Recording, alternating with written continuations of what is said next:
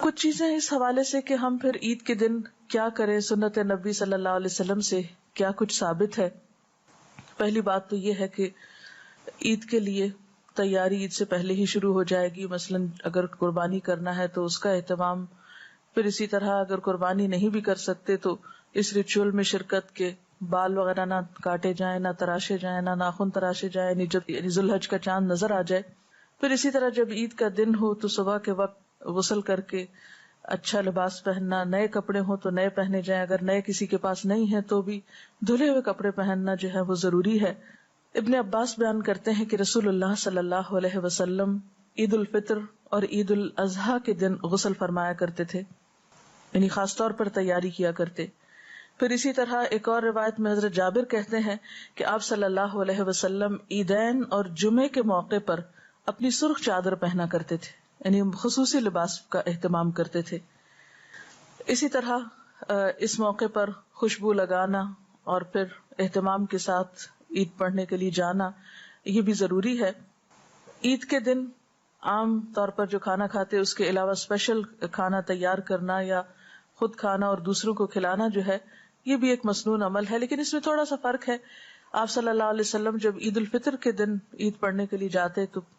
کوئی میٹھی چیز کھا کر جاتے، مثلاً کھجور، اور اگر کھجوریں کھاتے تو طاق عدد میں مثلاً 1 یا 3 یا 5. اور عید الاضحیٰ کے دن آپ جانے کے وقت یعنی جاتے وقت تک کچھ نہیں کھاتے تھے، ایک طرح سے روزہ ہوتا تھا، اور نماز پڑھنے کے بعد واپس آ کر قربانی کرتے اور قربانی کے گوشت میں سے کھاتے. اب اگر کوئی شخص اتنا صبر کر سکے کہ واپس آ کے قربانی کرے اور پھر اس کو پکائے اور پھر کھائے تو بہت ہی اچھا ہے، لیکن اگر ایسا ممکن نہ ہو تو پھر انسان واپس آ کر عید کی نماز پڑھنے کے بعد کچھ بھی کھا سکتا ہے. پھر اسی طرح یہ ہے کہ آپ صحابیات کے بارے میں آتا ہے کہ وہ اپنے بچوں کو دودھ تک نہیں پلاتی تھی جب تک عید کی نماز ہو نہیں جاتی تھی، یعنی وہ یہ اس سنت میں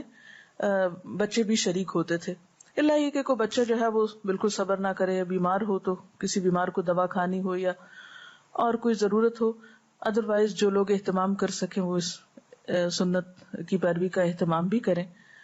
پھر اسی طرح آپ صلی اللہ علیہ وسلم عیدگاہ پیدل جاتے تھے، اگر ممکن ہو تو اس سنت پر بھی عمل کیا جائے، اور اگر عیدگاہ بہت دور ہو تو سواری پر بھی جا سکتے ہیں، ایسی کوئی شدت نہیں ہے اس معاملے میں. اسی طرح خواتین کو عید کی نماز کے لیے نکلنے کے لیے کہا گیا اور اس کے لیے آپ نے ان کو انکریج کیا. حضرت ام عطیہ بیان کرتی ہیں کہ رسول اللہ صلی اللہ علیہ وسلم نے حکم دیا کہ عید الفطر اور عید الاضحیٰ کے دن ہم چھوٹی بچیوں اور جوان لڑکیوں کو بھی عید کے لیے عیدگاہ کی طرف لے جائیں، حتیٰ کہ وہ عورتیں بھی جنہیں نماز نہ پڑھنی ہو. تو اس پر سوال کیا گیا کہ پھر وہ وہاں پر کیا کریں گی، تو آپ نے فرمایا کہ مسلمانوں کی دعا میں شریک ہوں اور مسلمانوں کی جمعیت کو دیکھیں، یعنی وہ لوگوں کا جو اکٹھا ہونا ہے اور لوگوں کی جو کثرت ہے اور کثرت سے ایک جگہ مل کر جو عبادت کرنا ہے اس کے اپنے فوائد ہیں، اور اس منظر میں ایک الگ ہی حسن ہے. اس کو جب تک دیکھا نہ جائے وہ جذبات پیدا نہیں ہوتے جو عید کے دن ایک خاص خوشی کے جذبات پیدا ہونے چاہیے، کیونکہ انسان جتنے زیادہ لوگوں سے ملتا ہے، ان کو دیکھتا ہے، اس کی کیفیت بدلتی ہے. اور تنہائی میں الگ گھر بیٹھا رہے، پڑا سویا رہے سستی کے مارے، تو اس سے وہ عید کی خوشی جو ہے وہ محسوس نہیں ہو سکتی.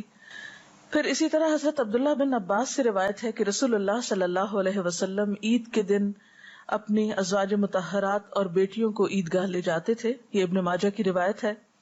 پھر اسی طرح عید کے دن تکبیریں پڑھنا، عیدگاہ جاتے وقت اور واپس آتے وقت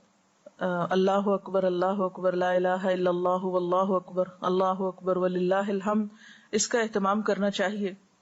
اس سلسلے میں ہم دیکھتے ہیں کہ نافع ابن عمر سے روایت کرتے ہیں کہ ابن عمر عید الاضحیٰ اور عید الفطر کے دن جب عیدگاہ کی طرف جاتے تو بلند آواز سے تکبیریں کہتے یہاں تک کہ عیدگاہ پہنچ جاتے، اور پھر عیدگاہ پہنچ کر پھر تکبیریں کہتے یہاں تک کہ نماز عید پڑھنے کے لیے امام صاحب نکل آتے.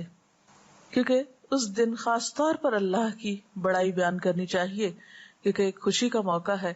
اور خدا کی یاد سب مل جل کر کرتے ہیں، اور اس یاد میں سب سے زیادہ اللہ کے نام کو بلند کرنا ہے. مرد حضرات بلند آواز سے تکبیریں کہیں گے، لیکن خواتین جو ہیں وہ دل میں تکبیریں پڑھ سکتی ہیں۔ اسی طرح عید کے موقع پر رشتہ داروں کے ہاں ملاقات کے لیے جانا، ان کو اپنے ہاں مدعو کرنا، ہمسایوں کا خیال رکھنا، ضرورت مندوں کا خیال رکھنا، یہ سب بھی اس دن ضروری ہے۔ اور ایک اور اہم بات یہ کہ خوشی کے موقع پر پھر اللہ کو یاد رکھنا، یعنی نمازوں کے اوقات کی پابندی کرنا اور خوشی میں حدوں کو نہ توڑنا، یہ بھی بے حد ضروری ہے، کیونکہ بعض اوقات جب ہم جذبات میں آتے ہیں، خوش ہونے لگتے ہیں تو حدود پار کر جاتے ہیں،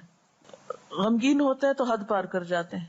بالکل ڈپریشن میں چلے جاتے ہیں، غصے میں آتے ہیں تو حدود پار کر جاتے ہیں۔ ایک اچھی زندگی کی علامت یہ کہ وہ معتدل زندگی ہوتی ہے، جس میں جذبات بھی اعتدال کے ساتھ ہوتے ہیں، غم، غصہ، خوف، نفرت، محبت، یہ سب چیزیں انسان کی زندگی میں اس کے ساتھ ساتھ ہیں، لیکن کوئی بھی چیز اسی وقت بہترین ہو سکتی ہے جب اس کے اندر اعتدال ہو۔ بہرحال عید کا دن ایک خوشی کا دن ہے، اور اس دن خوشی منانا عبادت ہے۔ اور پھر یاد رکھیے کہ عید قربان یا قربانی کی عید، اس کا ایک خاص پیغام ہے، اور وہ کیا کہ انسان اللہ کی خاطر جب ضرورت پڑے اپنے جذبات، اپنی جان، اپنے مال اور اپنی ہر پسندیدہ چیز کی قربانی کے لیے تیار رہے، جیسا کہ حضرت ابراہیم علیہ السلام نے اللہ تعالیٰ کو اپنی ہر چیز، اللہ تعالیٰ کی خاطر اپنی ہر چیز قربان کی، اور کبھی بھی انہوں نے اس معاملے میں کسی تردد سے کام نہیں لیا۔ اسی لیے قرآن پاک میں حضرت ابراہیم علیہ السلام کے بارے میں آتا ہے، اذ قال له ربه اسلم قال اسلمت لرب العالمین، جب اس کے رب نے اس سے کہا کہ تم اپنا آپ میرے حوالے کر دو، تو اس نے کہا اسلمت لرب العالمین، میں نے رب العالمین کے حوالے کر دیا اپنے آپ کو، اپنی ہر چیز کو۔ کیوں؟ اس لیے کہ سب کچھ دیا ہوا جو رب کا ہے، جب دیا ہوا اس کا ہے تو اس کے نام پر دینا اور اس کی خاطر دینا اور اس کی رضا حاصل کرنے کے لیے، اس کا قرب پانے کے لیے، تو اس میں پھر انسان کو مشکل نہیں ہونی چاہیے، کیونکہ اللہ کی محبت ہمارے دل میں ہر چیز کی محبت سے زیادہ ہونی چاہیے۔ ایمان کی پہچان اور علامت بھی یہی ہے، والذین آمنوا اشد حبا للہ، ایمان والے اللہ کی محبت میں سب سے زیادہ شدید ہوتے ہیں۔ تو جس سے محبت کا ہم دعویٰ کرتے ہیں تو پھر اس محبت کے اظہار کے لیے قربانی بھی ضروری ہے، کیونکہ ہر محبت ایک ثبوت مانگتی ہے، اور پھر وہ ثبوت قربانی سے بڑھ کر اور کیا ہو سکتا ہے۔